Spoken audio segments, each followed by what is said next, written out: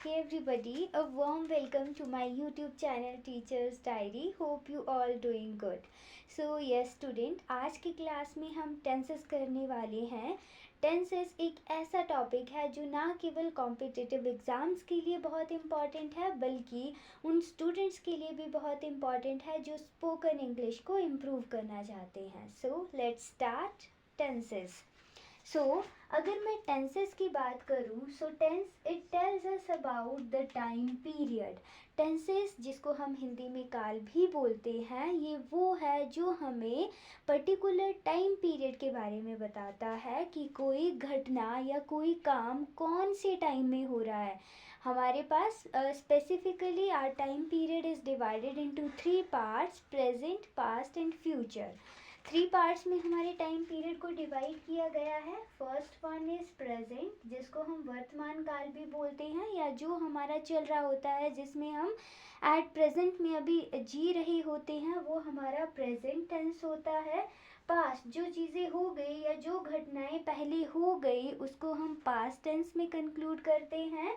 Then आता है हमारा फ्यूचर टेंस. फ्यूचर मतलब भविष्य काल में जो चीज़ें होने वाली हैं या जो काम भविष्य में होने वाला है, उन सभी को हम इंक्लूड करते हैं फ्यूचर टेंस के under.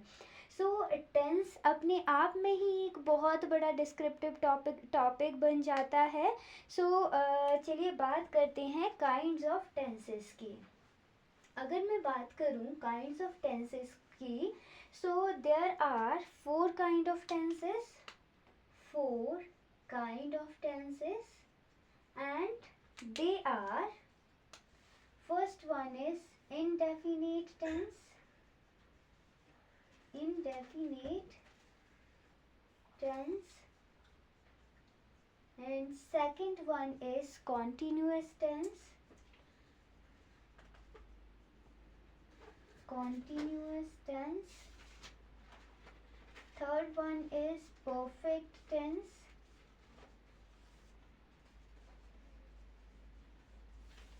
And fourth one is perfect continuous tense.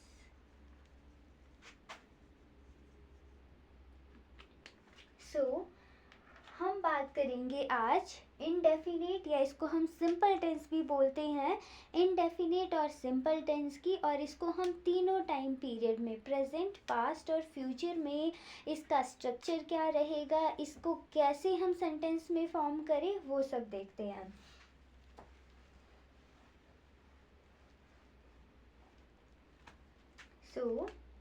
Present in definite tense. देखिए स्टूडेंट, अगर मैं प्रेजेंट इनडेफिनिट टेंस की बात करती हूँ तो आप कैसे पहचानोगे कि कोई जो वाक्य बोला जा रहा है या जो भी बात किसी के द्वारा बोली जा रही है वो प्रेजेंट इनडेफिनिट की है. देखिए, हिंदी में जिन भी वाक्यों के अंत में ता है, ते है, ती है इत्यादि आता है, तो वो सभी वाक्य प्रेजेंट इनडेफिनिट के होते हैं. जिन वाक्यों के अंत में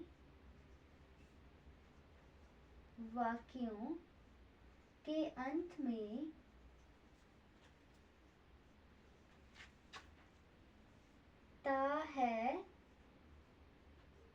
ती है, ते है इत्यादि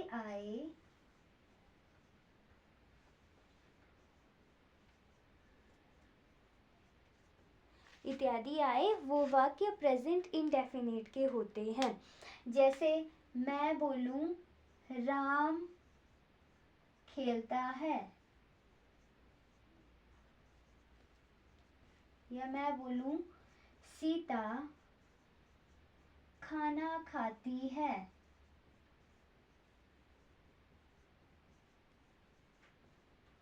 तो यहाँ पर जो मैंने दो सेंटेंसेस लिखे हैं कि राम खेलता है और सीता खाना खाती है, तो देखिए यहाँ पर क्या आ रहा है, लास्ट में जो वाक्य है आपके पास वहाँ पर ता और ती आ रहा है। कहने का मतलब है कि ये सेंटेंस हमें ये बता रहा है कि जो कोई काम है, जो वर्क हो रहा है, जो एक्शन हो रहा है, वो प्रेजेंट टेंस में हो रहा है, वो प्रेजेंट सिनेरियो में हो रहा है। इसीलिए इन वाक्यों को हम प्रेजेंट इंडेफिनिट के अंडर काउंट करेंगे।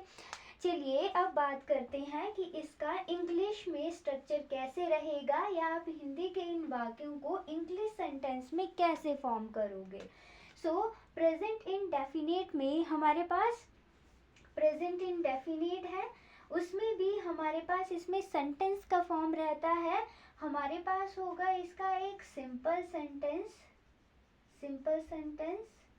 इसके बाद होगा हमारे पास negative sentence, third one is interrogative and fourth one is negative interrogative,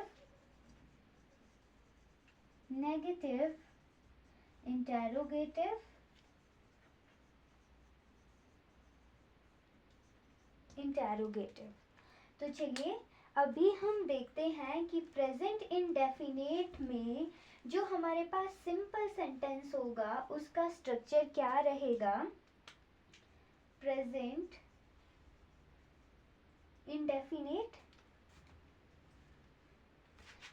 indefinite already हम बात कर रहे हैं इसके बारे में।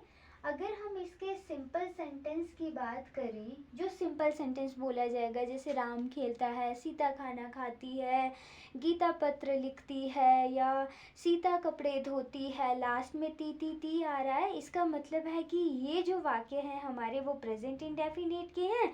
तो अब इसको हम इंग्लिश सेंटेंस में कैसे कन्वर्ट करेंगे। इसके लिए सबसे पहले सेंटेंस स्ट्रक्चर में हमारे पास सब्जेक्ट आता है, प्लस इसमें हमारे पास आता है वर्ब का फर्स्ट फॉर्म, और वर्ब की फर्स्ट फॉर्म के साथ एस और ईएस लगाया जाता है। एस और ईएस वर्ब की फर्स्ट फॉर्म के साथ लगाया जाता है। देन इसके बाद हमारा ऑब्जेक्ट आ जाता है। अब हमारे पास क्वेश्चन ये आता है कि वर्ब के साथ एस और ई एस किस केस में लगता है।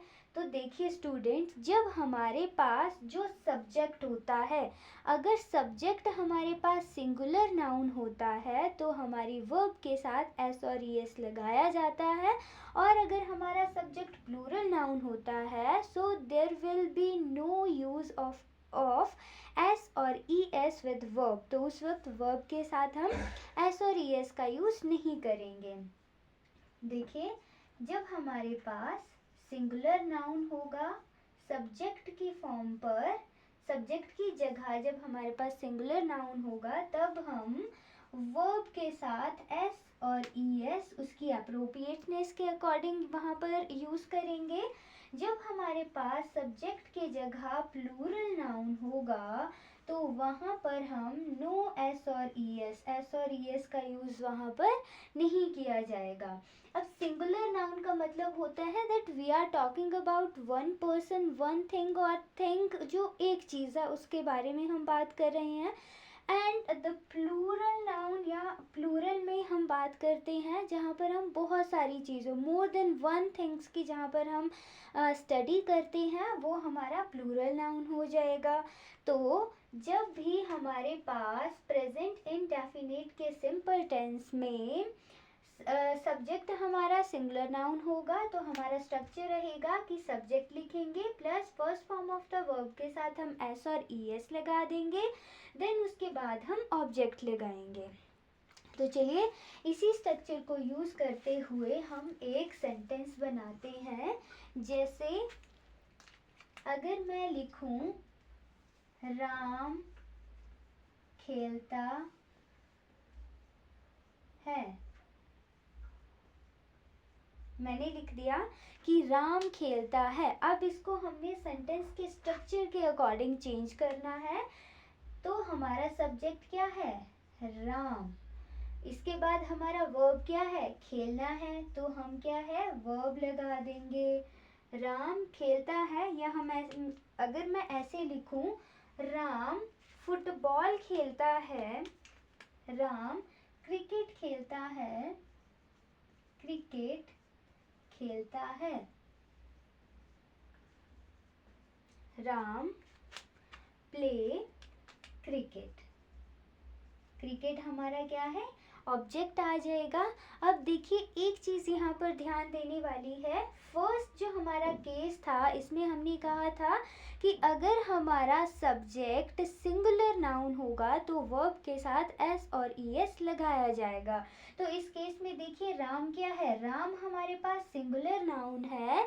तो सिंगुलर नाउन है तो इसका मतलब है कि जो हमारी वर्ब है प्ले, उसके साथ हम यहाँ पर एस लगा देंगे। तो हमारा सही स्ट्रक्चर फॉर्मेशन क्या हो गया, Ram pledge cricket, Ram cricket खेलता है। अगर मुझे बोलना हो कि राम क्रिकेट खेलता है, मैं इंग्लिश में कैसे इसको बोलूंगी, Ram pledge cricket. Very simple. जैसे हमने दूसरा सेंटेंस लिखा था कि सीता पत्र लिखती है, सीता पत्र लिखती है,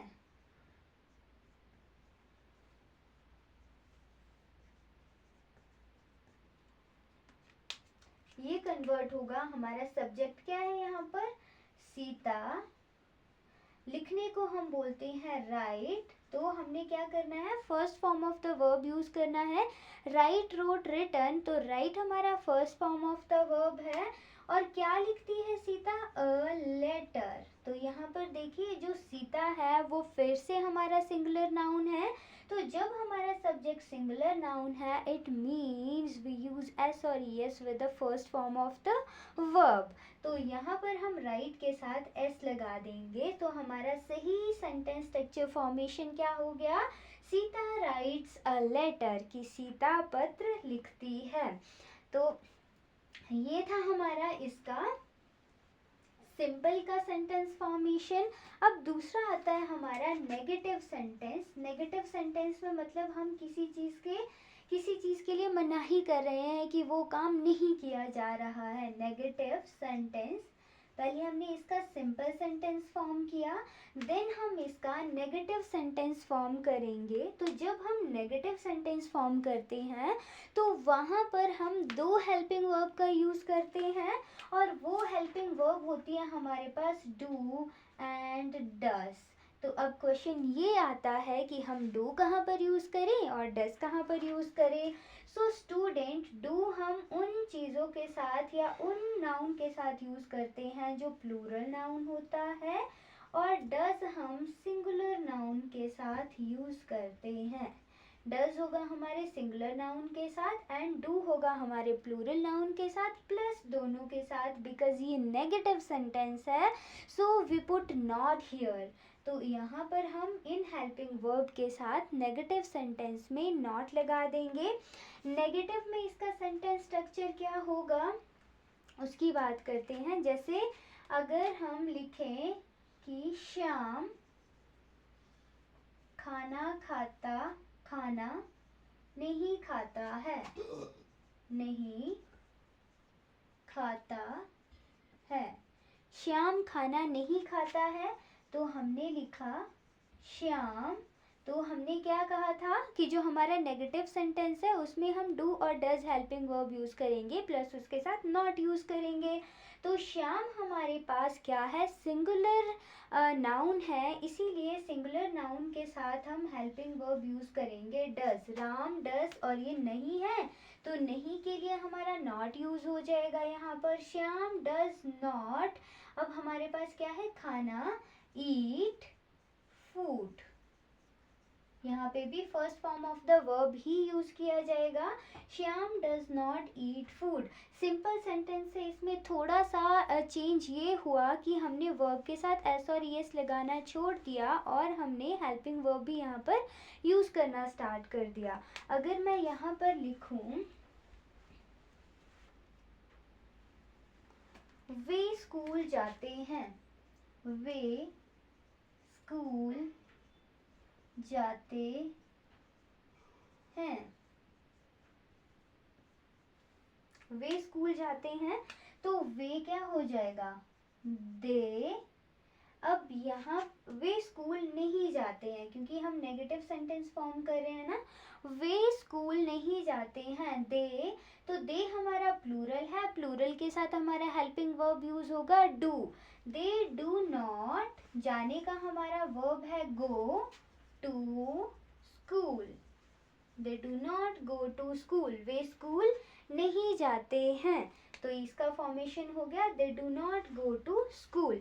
इसके बाद आता है हमारा इंटरोगेटिव सेंटेंस, और इंटरोगेटिव सेंटेंस में हम क्या करते हैं कि जो भी हमारी हेल्पिंग वर्ब होती है उसको हम पहले लिखते हैं, उसके बाद हम सब्जेक्ट को लिखते हैं। तो इसमें बेसिकली क्वेश्चंस पूछे जाते हैं, इंटरोगेटिव में मेनली क्वेश्चन पुट किए जाते हैं।